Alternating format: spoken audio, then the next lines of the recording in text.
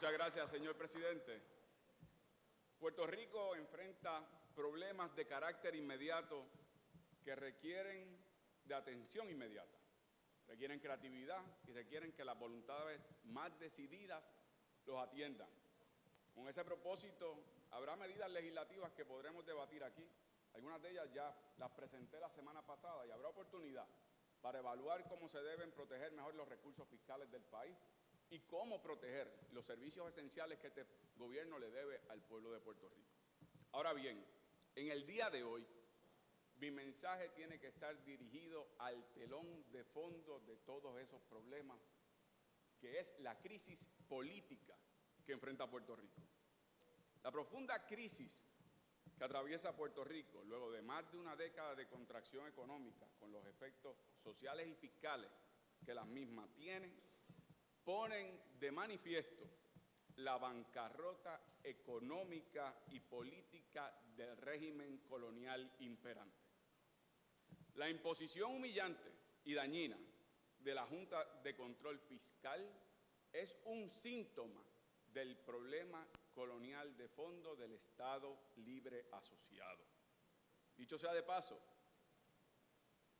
por si le cabe duda a alguien, quienes somos electos por el pueblo de Puerto Rico somos los que representamos hoy aquí ese pueblo como senadores y senadoras electos, no los miembros de la Junta Fiscal Federal. Nosotros representamos al pueblo de Puerto Rico, no a los bonistas. Pero la Junta de Control Fiscal es síntoma del problema. La calentura no está en la sábana. La calentura es el régimen colonial que tenemos que atender. Antes de la creación del Estado Libre Asociado, ya a principios del siglo pasado se anticipaba por el liderato político cuál es la actitud que debemos asumir ante la política colonial de los Estados Unidos hacia Puerto Rico. En el 1904, Muñoz Rivera, autonomista, cuando se incluyó en la base quinta en el Partido Unión, que incluyó las distintas tendencias ideológicas para enfrentar el problema colonial, dijo: un acto valiente ha abierto más espacio en la conciencia de los Estados Unidos y deja atrás 3 años de pleitesías e infantilismos. Más tarde, José Celso Barbosa, anexionista, marcó el camino también y expresó, y cito: yo tengo que decir que si yo supiera que Puerto Rico habría de ser una colonia permanente, yo, aunque tiraran cañones, seguiría protestando y protestando moriría. La línea la trazó en la arena el apóstol de la independencia puertorriqueña, don Pedro Albizu Campos, cuando dijo: está sobre el tapete la suprema definición. Luego vino la mitología del Estado Libre Asociado y hubo quien creyó el engaño y vino el periodo de la adoración del becerro de oro, de los ídolos falsos. Pero ya ese tiempo terminó. Estamos en la era del fin de las mistificaciones. Ya el pueblo de Puerto Rico, en noviembre del 2012, repudió el actual estatus territorial y ya las 3 ramas de gobierno constitucional de los Estados Unidos han categorizado a Puerto Rico en sus relaciones hacia nosotros tal cual es: un territorio sujeto a los poderes plenarios del Congreso.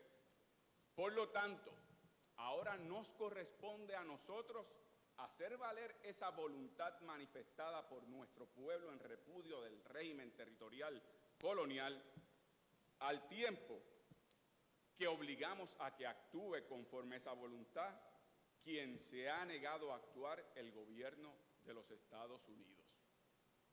Como portavoz del Partido Independentista Puertorriqueño, ya radiqué legislación en el proyecto del Senado 125 para encaminar un proceso de una asamblea de estatus. No es una asamblea constituyente, no es una asamblea constitucional, no es para constituir un país ni para enmendar la Constitución. Es un mecanismo indispensable de presión donde no hay vencedores ni vencidos, sino que sirve como instrumento para que vayamos las distintas tendencias con una sola voz a obligar a que responda a quien se ha negado a responder.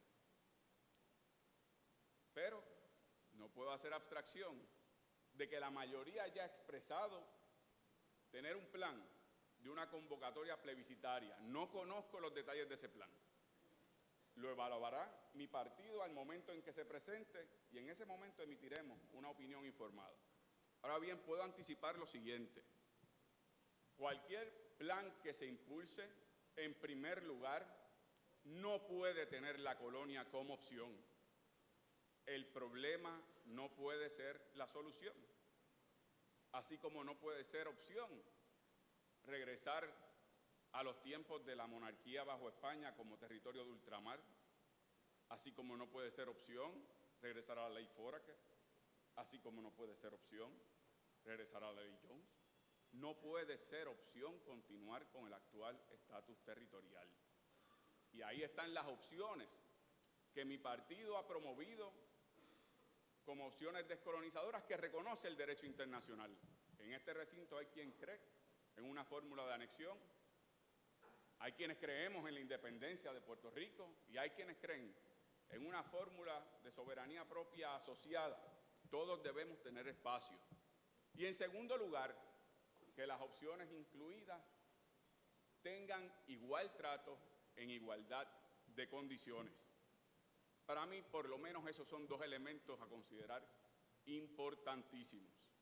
Hoy inauguramos la 18ª Asamblea Legislativa y debemos asumir esa responsabilidad histórica de convertirnos nosotros como nueva generación que ya anticipaban la clase política del siglo pasado, que asumamos la actitud desafiante para que respeten a quien se da a respetar, a nuestro pueblo que exige acción con respecto al estatus.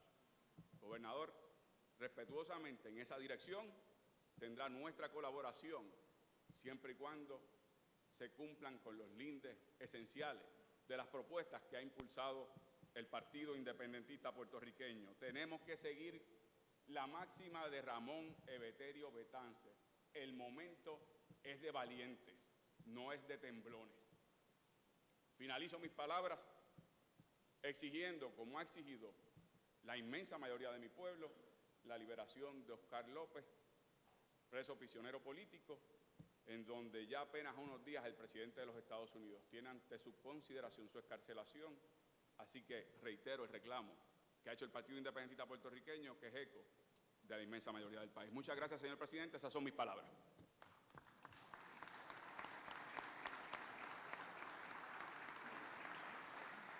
Muchísimas gracias, senador Dalmau Ramírez.